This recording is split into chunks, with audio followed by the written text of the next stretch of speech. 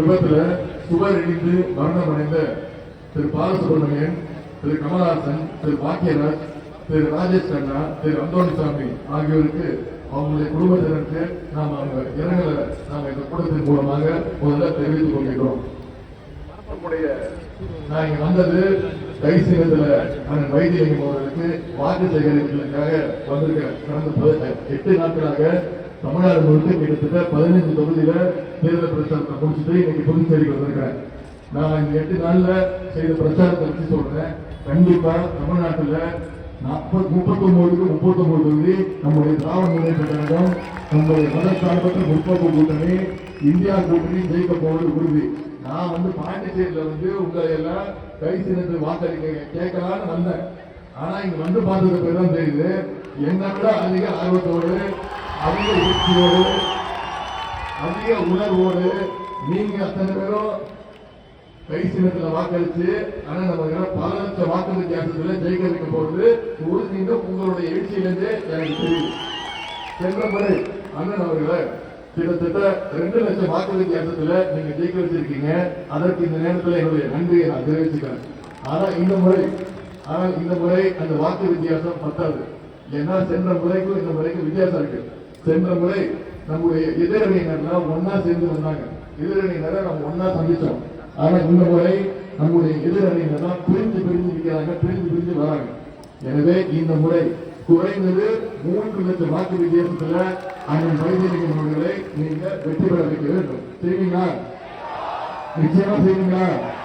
நம்பலாமா? அதே போல 2021 சட்டமன்ற தேர்தலில் நம்முடைய கழக வேட்பாளரை 2000 வாக்கு வித்தியாசத்துல வெற்றி வாய்ப்பை நம்ம தவற விட்டுட்டோம். மீண்டும் அந்த தவறை செய்யாதீங்க, ஏமாத்திடாதீங்க. அப்படி ஏமாத்தினீங்கன்னா நீங்க தான் மீண்டும் ஏமாந்து போவீங்க. அதையும் இந்த நேரத்தில் நான் தெரிவிச்சுக்கிறேன். நம்முடைய கலைஞர் அவர்கள் எப்பொழுதுமே தேர்தல் பிரச்சாரத்தில் தேர்தல் அறிக்கையை வெளியிட்டு சொல்லுவார், சொல்வதை செய்வோம், செய்வதைத்தான் சொல்வோம்னு செஞ்சு காட்ட தலைவர் முத்தமிழ் டாக்டர் கலைஞர் அவர்கள். அவரோட வழியில நம்முடைய தலைவர் அவர்கள் முத்துவேல் கருணாநிதி ஸ்டாலின் அவர்களும் இப்பொழுதும் எப்பொழுதும் சொல்வதைத்தான் செய்வார், செய்வதைத்தான் சொல்வார். ஏன் தெரியுமா? அவர் மக்களால் தேர்ந்தெடுக்கப்பட்ட முதல்வர். ஒட்டுமொத்த தமிழ்நாட்டு மக்களால் வாக்களிக்கப்பட்டு தேர்ந்தெடுக்கப்பட்டு ஆதரவு பெற்று முதலமைச்சராக்கப்பட்டவர். அவருக்கு மக்கள் பிரச்சனை தெரியும், மக்கள் ஆதரவை பெற்றவர். அவர் ஒன்னும் டேபிள் சார்களில் புகுந்து யார் காலையும் பிடிச்சி முதலமைச்சராக யாரும் சொல்றாங்க உங்களுக்கு புரியும். பாலம் தாங்கி பழனிசாமி அவர் மாதிரி நம்முடைய தலைவர் அவர்கள் முதலமைச்சராக மக்களை சந்தித்து மக்களுடைய வாக்கை பெற்று முதலமைச்சராக அவர் இந்த தேர்தல் அறிக்கையில, இந்தியா தேர்தல் அறிக்கையில வாக்குறுதிகள் கொடுத்திருக்கிறார். நம்முடைய இந்தியா கூட்டணி வெற்றி பெற்றுச்சுன்னா இந்த புதுச்சேரிக்கு நான் என்னெல்லாம் செய்வேன், இந்தியா கூட்டணி மூலமா என்னெல்லாம் செய்வேன் அப்படின்னு நம்முடைய தலைவர் அவர்கள் வாக்குறுதி கொடுத்திருக்கிறார். முதல் வாக்குறுதி, புதுச்சேரிக்கு மாநில அந்தஸ்து வழங்கப்படும். மின்சாரம் தனியார் மயமாக்கப்பட மாட்டாது. புதிய ரேஷன் கடைகள் திறக்கப்படும். முன்னாடி புதுச்சேரியில் ரேஷன் கடை கிடையாது, அரிசி மட்டும் கொடுத்துருந்தாங்க. கரெக்டா? அப்போ முன்னாள் ஆளுநர் கிரண்பேடி அவர்கள் என்ன பண்ணாங்க, மாசம் உங்க வங்கி அரிசி கிடையாது, மாசம் உங்களுடைய வங்கி கணக்குல பணம் போடுறேன்னு சொன்னாங்க. போட்டாங்களா? எப்படி மோடி அவர்கள் சென்ற நாடாளுமன்ற தேர்தல் சொன்னார், ஒவ்வொருத்தருடைய வங்கி கணக்கிலையும் 15 லட்சம் ரூபாய் போடுறார். கருப்பு பணத்தை எல்லாம் ஒழிச்சு 15 லட்சம் ரூபாய் போடுறார். போட்டாரா? 15 பைசா போட்டாரா? போடல, இருக்கிறதே புடுங்கிட்டார். அது மட்டும் இல்ல, அதே போல புதுச்சேரியினுடைய கடன் படிப்படியாக தள்ளுபடி செய்யப்படும். மூடப்பட்ட அரசு சார்பு நிறுவனங்களை திறந்து இளைஞர்களுக்கு வேலை வாய்ப்பு கொடுக்கப்படும். காரைக்கால்ல அதானி கைக்கு சென்றுள்ள துறைமுகம் மீண்டும் மீட்கப்படும். ஏழை நோயாளிகள் பயன்பெற மருத்துவ காப்பீடு திட்டம், தமிழ்நாட்டிற்கு கலைஞர் காப்பீடு திட்டம். அதே போல ஏழை நோயாளிகள் பயன்பெற இன்சூரன்ஸ் திட்டம் கொண்டு வரப்படும். புதுவை பல்கலைக்கழகத்தில் கல்வி வேலை வாய்ப்புல 25% இடஒதுக்கீடு மீண்டும் வழங்கப்படும். தமிழ்நாட்டை போல புதுச்சேரியிலும் தூண்டில் வளைவு கடற்கரை பகுதியில் அமைக்கப்படும். லிங்காரெட்டி சர்க்கரை ஆலை மீண்டும் திறக்க அனைத்து நடவடிக்கையும் எடுக்கப்படும். இங்க இருக்கக்கூடிய ஏர்போர்ட் விமான நிலையம் விரிவாக்கம் செய்யப்பட்டு அதற்கான பணிகள் மேற்கொள்ளப்படும். இதெல்லாம் நம்முடைய தலைவர் அவர்கள் சொல்லியிருக்கக்கூடிய வாக்குறுதிகள். உங்களுக்கு நம்முடைய தலைவர் வாக்குறுதி சொன்னா செய்வார் நம்பிக்கை இருக்கா? அதற்கு சிறந்த உதாரணம் சொல்றேன் நான். சென்ற 2021 நம்முடைய தமிழக முதலமைச்சர் பொறுப்பேற்றார். சரியா? அப்போ 2வது பெருந்தொற்று பேரலை, கொரோனா பேரலை, கோவிட் தொற்று ஞாபகம் இருக்கா? ஒன்றிய பிரதமர் வந்து உங்களை பார்த்தாரா? ஏதாவது கொடுத்தாரா? இழப்பீடு கொடுத்தாரா? என்ன பண்ணாரு? எல்லாரும் வீட்டுக்குள்ள போய் ஒளிச்சுக்கோங்க, கதவை தப்பா போட்டுக்கோங்க, யாரும் வீட்டை விட்டு வெளில வரக்கூடாது, யாரும் யாரையும் பார்க்க கூடாது, அப்படி வெளில வந்தீங்கன்னா தெருவுக்கு வந்தீங்கன்னா கைது செய்வோம், தடியடி நடத்துவோம் அப்படின்னு சொன்னார். ஆனா ஒண்ணே ஒண்ணு மட்டும் செஞ்சாரு. என்ன தெரியுமா செஞ்சாரு? எல்லாரும் தெருவுக்கு வந்து விளக்கு பிடிங்க, கையில ஒரு தட்டு வச்சுக்கோங்க, ஒலி எழுப்புங்க, சவுண்ட் எழுப்புங்க. அந்த ஒலியை கேட்டு கோவிட் வைரஸ் பயந்து ஓடி போயிட்டு சொன்னாலும் இல்லையாமா? இப்ப உண்மையை சொல்லுங்க, எத்தனை பேர் பண்ணீங்க? உண்மையை சொல்லுங்க, பண்ணீங்களா? பண்ணீங்களா? சிலர் பயத்தில் பண்ணிருப்பாங்க, சத்தியமா நான் பண்ணல. இதுதான் திரு மோடி அவர்கள் கோவிட் வைரஸ் எடுத்து பண்ண ஒரே வேலை, உருப்படியான வேலை. சத்தம் எழுப்புங்க, சத்தத்துல கோவிட் வைரஸ் ஓடி போயிருந்தாரு. ஆனா நம்முடைய தமிழக முதலமைச்சர் என்ன பண்ணாரு? ஒரே வழி, ஊசி போட்டுக்கிட்டா மட்டும்தான் கோவிட்ல இருந்து தப்பிக்க முடியும்னு. அப்ப இன்னொரு நிகழ்ச்சி நடந்தது, இன்னொரு நிகழ்வு, வருத்தக்குரிய நிகழ்வு. என்னன்னா, மறைந்த நகைச்சுவை நடிகர் திரு விவேக் அவர்கள் இதே மாதிரி கோவிட் ஊசி போட்டுட்டு 2 நாள்ல அவர் இறந்துட்டார். ஆனா எல்லாரும் பொருளை கிளப்பி விட்டாங்க, அவர் ஊசி போட்டதுனாலதான் இறந்து போயிட்டார் அப்படின்னு குழந்தையை கிளப்பினாங்க. ஆனா அது உண்மை கிடையாது. அவருக்கு பல மருத்துவ பிரச்சனைகள் இருக்குது. கோவிட் ஊசி போட்டதுனால யாரும் இறக்க மாட்டாங்க. ஆனா நம்முடைய தலைவர் அவர்கள் தமிழ்நாடு மட்டும் இல்ல, இந்தியா முழுக்க பயந்தாங்க ஊசி போட்டுக்கிறதுக்கு. ஊசி போட்டா இறந்து போயிடுவோம் அப்படின்னு. ஆனா நம்முடைய தமிழக முதலமைச்சர் அதை மருத்துவ ரீதியா அணுகிறாரு, விழிப்புணர்வு ஏற்படுத்தினார்.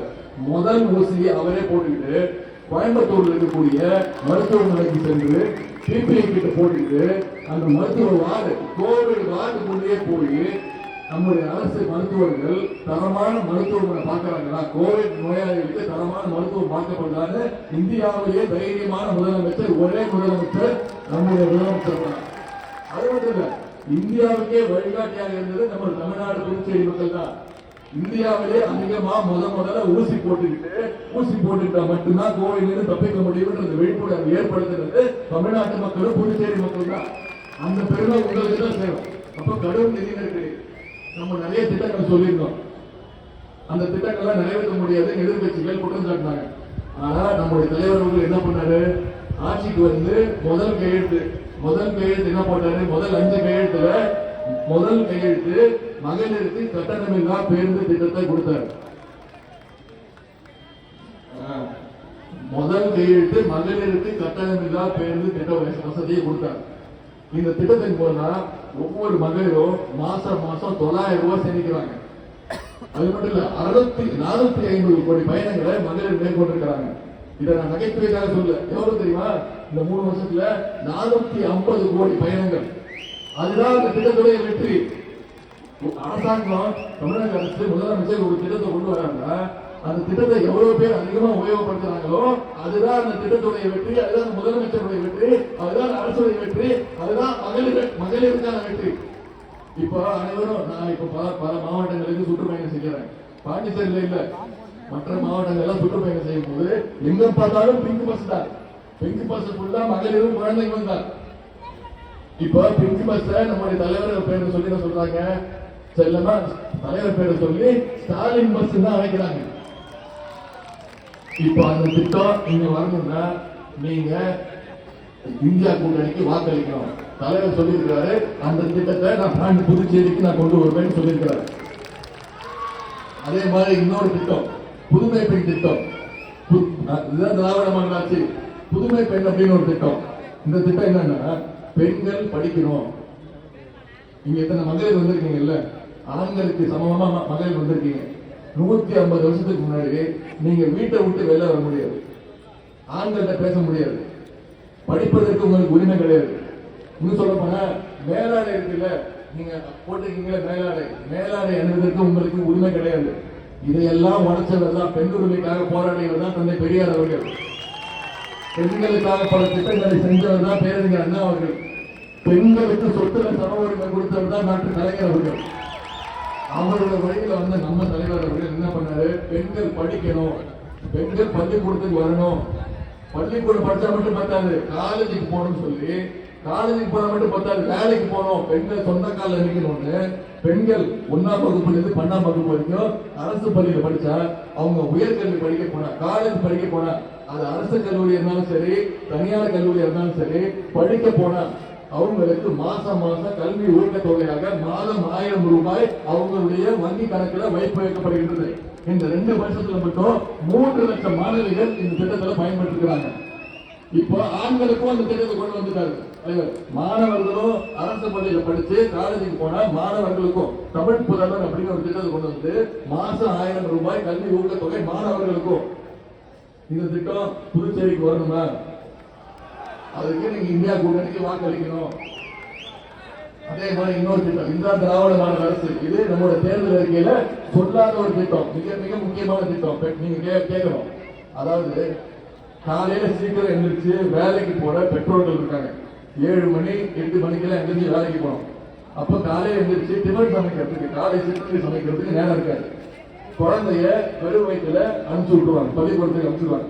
அனுப்பிச்சுட்டு வேலைக்கு போயிட்டு என்ன நினைச்சிட்டு இருப்பாங்க, நம்ம பையன் ஸ்கூலுக்கு அனுப்பிச்சோமே, நம்ம பொண்ணு ஸ்கூலுக்கு அனுப்பிச்சோமே, வெறும் வயிற்றுல போயிருக்காங்க, ஃபர்ஸ்ட் படிக்கணும், அவனுக்கு சாப்பிட்டாங்க, உட்கார்ந்து படிக்கிறாங்க, படிப்பு கிளாஸ் ரூமுக்கு போனாங்க, தூங்கிட்டாங்க அப்படின்னு கவலையோட இருப்பாங்க. அதை போக்குறதுக்காக நம்ம தலைவர் கொண்டு வந்ததுதான் முதலமைச்சருடைய காலை உணவு திட்டம். இந்த திட்டத்தின் மூலமா 1ஆம் வகுப்புல இருந்து 5ஆம் வகுப்பு வரை படிக்கக்கூடிய, அரசு பள்ளியில் படிக்கக்கூடிய அனைத்து குழந்தைங்க, கிட்டத்தட்ட ஒரு நாளும் 18 லட்சம் மாணவர்கள் பயன்படுறாங்க. திங்கட்கிழமையிலிருந்து வெள்ளிக்கிழமை வரைக்கும் ஒவ்வொரு நாளும் 18 லட்சம் குழந்தைங்க இந்த திட்டத்தின் மூலம் பயன்படுறாங்க. காலையில பள்ளிக்கூடத்துக்கு வந்தா போதும், உனக்கு முதல்ல சாப்பாடு, தரமான உணவு, அதன் பிறகுதான் உனக்கு கல்வி. இப்ப பெற்றோர்கள் வாழ்த்தி அனுப்புறாங்க, என் குழந்தை பார்த்துக்கிறதுக்கு நம்முடைய திராவிட மாடல் அரசு இருக்கு, என் குழந்தைக்கு சாப்பாடு போட்டு தரமான உணவை கொடுத்து கல்வி கற்றுக் கொடுக்க நம்முடைய தமிழக முதலமைச்சர் இருக்காருன்னு தைரியமா வாழ்த்தி அனுப்புறாங்க. இப்போ இந்த திட்டத்தை இந்த மகளிர் சொன்ன பிங்க் பஸ், கட்டணமில்லா மகளிர் பேருந்து, அதே மாதிரி இப்போ முதலமைச்சருடைய காலை உணவு திட்டம், இந்த முதலமைச்சர் காலை உணவு திட்டம் இந்தியாவிலே இதான் முதல் மாநிலம், தமிழ்நாடு தான் முதல் மாநிலம் இதை செயல்படுத்தி இருக்கு. இதற்கு முன்பு மதிய உணவு திட்டம் இருந்துச்சு, ஆனா முதல்ல காலை உணவு திட்டத்தை கொண்டு வந்தது நம்முடைய தமிழக முதலமைச்சர் தமிழ்நாட்டில் தான். இதுக்கு பேர் தான் திராவிட மாடல் அரசு. இந்தியாவில் இருக்கக்கூடிய அனைத்து மாநிலங்களுக்கும் எடுத்துக்காட்டா இருக்கக்கூடியதான் திராவிட மாடல் அரசு. இப்ப இந்த 2 திட்டத்தையும் நம்முடைய பக்கத்து மாநிலங்கள் கேரளா, தெலுங்கானா, இந்த 2 மாநிலங்கள்ல இருந்து அரசு அதிகாரிகள் வந்து பார்த்து எப்படி இந்த திட்டத்தை இவ்வளவு சிறப்பா செயல்படுத்துறீங்கன்னு பார்த்து அவங்களுடைய மாநிலங்களுக்கு இந்த திட்டத்தை விரிவுபடுத்தி இருக்கிறாங்க. இதுக்கு பேர் தான் திராவிட மாடல் அரசு. அனைத்து மாநிலங்களுக்கும் எடுத்துக்காட்டா இருக்கிறது தான் திராவிட மாடல் அரசு. அதே மாதிரி இன்னொரு திட்டம், இது மிக மிக முக்கியமான திட்டம், உங்க எல்லாருக்கும் தெரியும், இது தேர்தல் அறிக்கையில சொன்ன திட்டம், இதை செய்யவே முடியாது நாங்க. ஆனா தலைவர் சென்ற செப்டம்பர் 15ஆம் தேதி பேரறிஞர் அண்ணாவுடைய பிறந்த நாள்ல இந்த திட்டத்தை ஆரம்பிச்சார். அந்த திட்டத்தோட பேர் கலைஞர் மகளிர் உரிமை தொகை திட்டம். 1,15,00,000 மகளிருக்கு மாசம் மாசம் மகளிர் உரிமை தொகையா அவங்களுடைய வங்கி கணக்குக்கு மாசம் 1000 ரூபாய், 15ஆம் தேதியான மாசம் 1000 ரூபாய் மகளிர் உரிமை தொகை திட்டம் போய் சேருது. இதுல சில குறைகள் இருக்கு. இதுல விண்ணப்பிச்சவங்க 1,60,00,000 மகளிர். இதுல சரிபார்ப்பு வெரிஃபிகேஷன் எல்லாம் பண்ணி, நான் சொல்றது விரைவில் இன்னொரு 5-6 மாசங்கள்ல கண்டிப்பா அந்த தகுதியுள்ள 1,60,00,000 மகளிருக்கும் அந்த 1000 ரூபாய் மகளிர் உரிமை தொகை திட்டம் கண்டிப்பா நம்முடைய தலைவர் கொடுப்பார். இப்ப இந்த திட்டம் புதுச்சேரிக்கு வரணுமா? வேணுமா? வேணும்னா நீங்க இந்தியா கூட்டணியை ஜெயிக்க வைக்கணும். அந்த வைத்தியலிங்க மாவட்டத்துல லட்சக்கணக்கான வாக்கு வித்தியாசத்தில் நீங்க ஜெயிக்க வச்சு அமைச்சீங்கன்னா கண்டிப்பா நம்முடைய தலைவர் தேர்தல் வாக்குறுதிகளை சொன்னதை நிச்சயம் செஞ்சு காட்டுவார். நான் இப்போ நம்முடைய சாதனைகளை சொல்லியிருக்கிறேன், நம்ம என்னென்ன திட்டங்கள் கொண்டு வர போறோம் சொல்லியிருக்கிறேன், தேர்தல் வாக்குறுதிகளை சொல்லியிருக்கிறேன். ஆனா எதிரணியினர் ஒன்றிய பிரதமர் திரு மோடி அவர்கள் 10 வருஷம் இந்தியா வாழ்ந்திருக்காரு. ஏதாவது பண்ணிருக்காரா? புதுச்சேரிக்கு வந்து பார்த்தாரா? புயல் அடிச்சது வந்து பார்த்தாரா? சென்னையில உலகத்துக்குள்ளே இருப்பாரு. அதாவது சென்ற டிசம்பர் மாதம் 4ஆம் தேதி சென்னை, செங்கல்பட்டு, திருவள்ளூர், காஞ்சிபுரம் மிகப்பெரிய மழை, மிக்ஜாம் புயல். திருநெல்வேலி, தூத்துக்குடி 2 மாவட்டங்கள்ல மிகப்பெரிய பாதிப்பு. ஒரு வருஷம் பெய்ய வேண்டிய மழை ஒரே நாள்ல பெய்ஞ்சிச்சு. 37,000 கோடி ரூபாய் இழப்பீடு. பாலங்கள், சாலைகள், வீடுகள், ஆடு மாடுகள், உயிரிழப்புகள் எல்லாம் போயிடுச்சு. ஒரு வாட்டி கூட வந்து எட்டி பார்க்காதவர் தான் நம்முடைய ஒன்றிய பிரதமர் அவர்கள். ஆனா இப்ப தேர்தல் வருதுன்னு இந்த 10 நாளா தொடர்ந்து தமிழ்நாட்டையே சுத்தி சுத்தி வந்துட்டு இருக்காரு. நான் அவருக்கு சவால் பண்றேன், அடுத்த 18 நாள் நீங்க தமிழ்நாட்டிலே குடிபெயர்ந்தாலும் உங்களால பாஜகவால ஒரு தொகுதியில கூட டெபாசிட் கூட வாங்க முடியாது. அது தமிழ்நாட்டு மக்கள் அங்க செஞ்சுருவாங்க. புதுச்சேரி மக்கள் நீங்க தெளிவா இருக்கணும், நீங்களும் அதை செய்யணும். செய்வீங்களா? அது மட்டும் இல்லை, சிஏஜி ரிப்போர்ட் ஒன்று இருக்குமா, அவர் சொல்லுவார் நாங்க ஊழலற்ற ஆட்சி நடத்தி கொண்டிருக்கிறோம் அப்படின்னு திரு பிரதமர் சொல்லுவார். ஆனா சிஏஜி ஒன்று இருக்கு, கண்ட்ரோலர். சிஏஜினா controller audit general of India, தணிக்கை குழு. அவங்களுடைய வேலையை வந்து ஒன்றிய அரசு செய்கின்ற, ஒன்றிய அரசு மாநில அரசு செய்கின்ற வரவு செலவு கணக்கை தணிக்கை செய்வது. இவ்வளவு செலவு பண்ணிருக்கீங்க, அதற்கான வேலைகள் நடந்திருக்கா அப்படின்னு காட்டுங்க அப்படின்னு போய் வெரிஃபிகேஷன் பண்ணுவாங்க, செக் பண்ணுவாங்க. செக் பண்ணி 6 மாசத்துக்கு ஒரு வாட்டி ரிப்போர்ட் கொடுப்பாங்க. அப்படி சென்ற 6 மாசம் முன்னாடி இந்த சிஏஜி ரிப்போர்ட் கொடுத்துருக்காங்க. ஒன்றிய அரசு செஞ்சிருக்கக்கூடிய 7,5 லட்சம் கோடி, எவ்வளவுமா 7,5 லட்சம் கோடி ரூபாய்க்கு கணக்கு இல்ல. 7,5 லட்சம் கோடி ரூபாய் எங்க போச்சுன்னு யாருக்குமே தெரியல. போட்டாங்க. அதாவது 1 கிலோமீட்டர் ரோடு போடுவதற்கு ஒன்றிய அரசு எவ்வளவு தெரியுமா செலவு கணக்காட்டிருக்காங்க? 250 கோடி. 1 கிலோமீட்டர் ரோடு போடுவதற்கு 250 கோடி ரூபாய் செலவு பண்ணிருக்காங்க. அதே மாதிரி மருத்துவ காப்பீடு திட்டம், ஆயுஷ்மான் பாரத் அப்படின்னு ஒரு மருத்துவ காப்பீடு திட்டம். இதுல இறந்து போயிட்டாங்க. இறந்து போன 88,000 பேருக்கு ஒரே செல்போன் நம்பர்ல இருந்து மருத்துவ காப்பீடு திட்டம் பதிவு பண்ணிருக்காங்க. Insurance policy. இறந்து போனவங்களுக்கு மருத்துவ காப்பீடு திட்டம். இப்படி அனைத்திலும் ஊழல். இது ஒன்றிய பிரதமர் மோடி அவர்களே இந்தியாவில் இந்த கடைசி 9 வருஷத்துல வாழ்ந்தது ஒரே ஒரு நபர் தான், ஒரே ஒரு கம்பெனி தான். இது வெறும் கார்பரேட்டுகளுக்கான ஆட்சி, இது மக்களுக்கான ஆட்சியே கிடையாது. யாரு? மோடியுடைய மிக மிக மிக மிக நெருங்கிய நண்பர் திரு அதானி. எல்லாத்தையும் தூக்கி அதானிட்ட கொடுத்துட்டாரு. ஒரு அரசு தனியார் துறை கிட்ட இருந்து பொதுத்துறை எடுத்துக்கணும். உதாரணத்துக்கு தமிழ்நாட்டில் பஸ்ஸுகள் இருக்குல்ல, போக்குவரத்து துறை இருக்குல்ல, அதெல்லாம் வந்து தனியார் துறை இருந்துச்சு. கலைஞர் தான் அதையெல்லாம் வந்து அரசுக்கு கொண்டு வந்தார், பொதுத்துறை கொண்டு வந்தார். ஏன்? கம்மியான விலையில சேவை செய்யணும், அதிக விலை வசூலிக்க கூடாது, பஸ் கட்டணம் அதிகமா வசூலிக்க கூடாது, தனியார்ட்ட கொடுத்தா அதிகமா வசூலிப்பாங்கன்னு அந்த செலவை, அந்த இழப்பை அரசை ஏற்றுக்கணும்னு பொதுத்துறை கொண்டு வந்தார். ஆனா இந்த நான் சவால் விட்டு கேட்கிறேன், இந்த 10 வருஷத்துல இந்த ஒன்றிய பாஜக அரசு இதுவரைக்கும் ஒரு பொதுத்துறை கூட ஆரம்பிக்கல. இன்னும் சொல்ல போனா அனைத்து அரசு துறையும் கொண்டு போய் தனியார் துறையில கொடுத்திருக்கு. அதுவும் குறிப்பிட்டு சொல்ல போனா இந்த அதானி குழுமம். இந்த அதானி யாரு? உலக பணக்கார பட்டியல்ல இப்போ 2வது இடம். உலக பணக்கார பட்டியல்ல 2வது இடம். மோடியோட எல்லாமே வந்துருச்சு.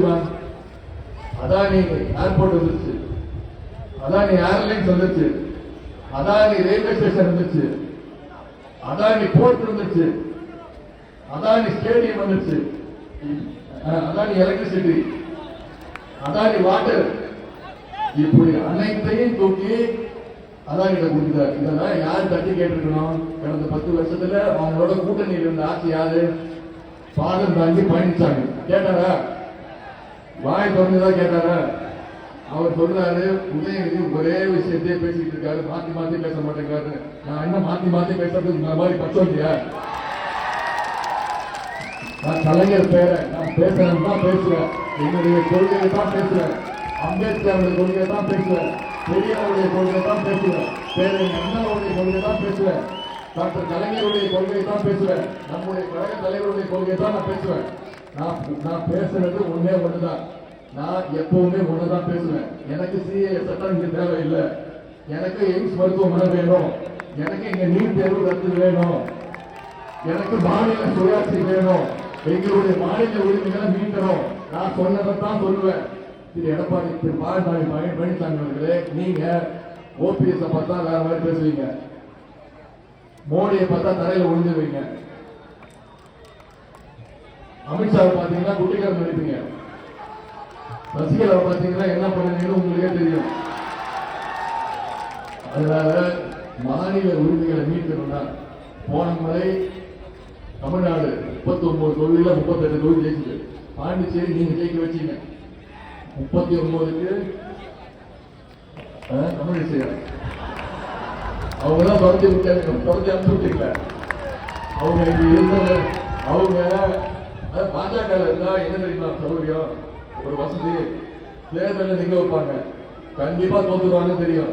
உடனே தூக்கிட்டு கொண்டு போய் ஏதாவது ஒரு மாநிலத்தில் ஆளுநர் ஆக்கிடுவாங்க. அப்படி வந்து அவங்க ஆளுநர் தான் அக்கா தமிழிசை அவர்கள். தூத்துக்குடியில கிட்டத்தட்ட 3 லட்சம் வாக்கு வித்தியாசத்துல நம்முடைய கழக துணை பொதுச் செயலாளர் கனிமொழி கருணாநிதி தோற்று போயிட்டு 3 எங்க வைக்கிறது தெரியாம தமிழ்நாட்டு பக்கம் தான் நம்மள வச்சு செஞ்சுருவாங்கன்னு புதுச்சேரிக்கு அனுப்பிச்சாங்க. இங்க புதுச்சேரியில நீங்களும் வச்சு செஞ்சுருக்கீங்க. இப்போ மீண்டும் தமிழ்நாட்டுக்கு வந்திருக்காங்க. என்ன தெரியுமா, தென்சென்னை ஆட்டுக்குட்டி நானா வந்து தலையிட்டு பாத்தீங்களா, அது மாதிரிதான் அந்த தமிழிசை அவர்கள். அவங்க மேல நான் தப்பு சொல்ல விரும்புறேன். அவங்க இருக்கக்கூடிய கட்சி எப்படி அவங்க அந்த மாதிரி நம்புறாங்க. நான் இங்க இருக்கக்கூடிய புதுவை முதலமைச்சர் திரு ரங்கசாமி அவர்களுக்கு ஒரே ஒரு வேண்டுகோள். நீங்கள் முதல்வர் ரங்கசாமி அவர்களே, நீங்கள் புதுச்சேரியுடைய பாதம் தாங்கி பழனிசாமி ஆகிவிடாதீர்கள். எடப்பாடி பாதம் தாங்கி பழனிசாமி போல பிஜேபிக்கு நீங்கள் அடிமையாக இருக்காதீங்க. இனிமே இருக்காதீங்க. இருந்தா நீங்களும் தூக்கி எறியப்படுவீர்கள். வருகின்ற சட்டமன்ற தேர்தலில் நீங்களும் தூக்கி எறியப்படுவீர்கள்.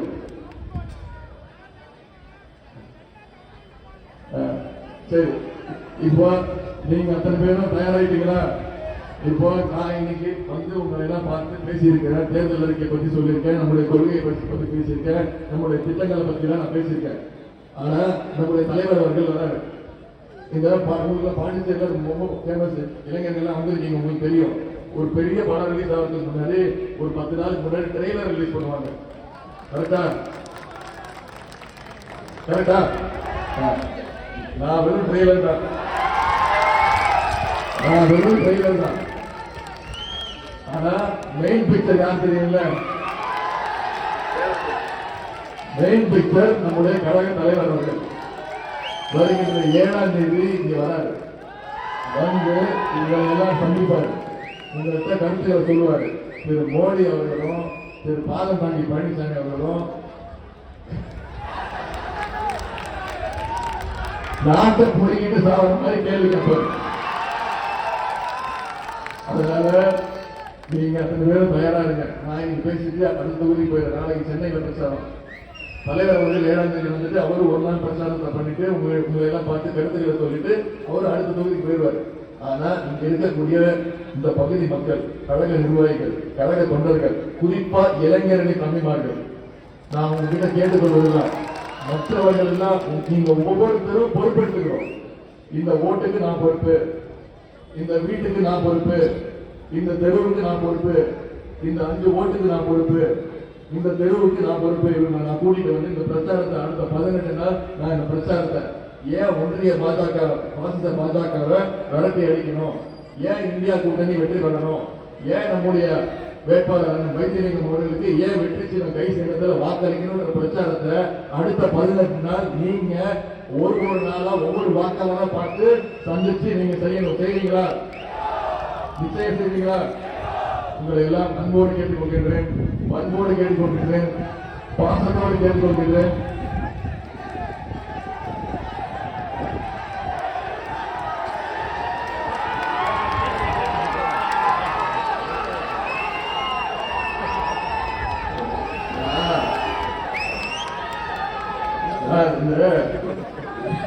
இந்த 2019 எய்ம்ஸ் மருத்துவமனை வந்து வச்சாரு இல்ல மதுரையில. நான் வந்து சரி மதுரையில ஃபேமஸ் ஆகும்னு நினைச்சேன். சரி அவர் பார்த்தா தமிழ்நாட்டில் ஃபேமஸ் ஆகும்னு நினைச்சேன். அது இப்ப பார்த்தா இந்தியா முழுக்க ஃபேமஸ் ஆயிடுச்சு. இப்ப பாண்டிச்சேரியிலே ஃபேமஸ் ஆயிடுச்சு. வச்சது ஒரே ஒரு கல்லுமா, வச்சு 5 வருஷம் ஆச்சு. இது வரைக்கும் 1 ரூபா கூட ஒதுக்கீடு பண்ணல. வச்சது ஒரே கல்லு. அந்த ஒரே கல்லை நான் பிடிக்கிட்டு வந்தேன். இதுதான் திரு மோடி அவர்களோ திரு பாலகாந்தி பழனிசாமி அவர்களோ மதுரையில 2019ஆம் ஆண்டு ஜனவரி 27ஆம் தேதி வச்ச கல்லு. நான் சொல்லிட்டேன். திரு எடப்பாடி திரு பாலகாந்தி பழனிசாமி கேட்டுட்டே இருக்காரு, கல் எங்க கல் எங்க, கல்ல தூக்கிட்டு போயிட்டாரு, கல்ல தூக்கிட்டு போயிட்டாரு. நான் சொன்னேன், நான் பத்திரமா வச்சுக்கிறேன். நீங்க என்னைக்கு எய்ம்ஸ் மருத்துவமனையை மதுரையில கட்டி முடிக்கிறீங்களோ அன்னைக்குதான் நான் கல்ல திரும்பி தருவேன்னு சொல்லிட்டேன். உங்களெல்லாம் அன்போடு கேட்கிறேன், பண்போடு கேட்கிறேன், பாசத்தோடு கேட்கிறேன், உரிமையோடு கேட்கிறேன், உங்கள் வீட்டு பிள்ளையாக இருந்து கேட்கிறேன். இன்னும் பெருமையா சொல்லணும்னா தலைவருடைய மகளாக இருந்து கேட்கிறேன். இன்னும் பெருமையா பூரிப்பா சொல்லணும்னா முத்தமிழ் நாட்டு கலைஞருடைய பேரமாக இருந்து கேட்கிறேன். ஆளுக்கு கை சின்னம், கை சின்னம், கை சின்னம். உங்களுடைய அன்புக்கும் வரவேற்புக்கும் வாழ்த்துக்கும் நன்றி நன்றி நன்றி.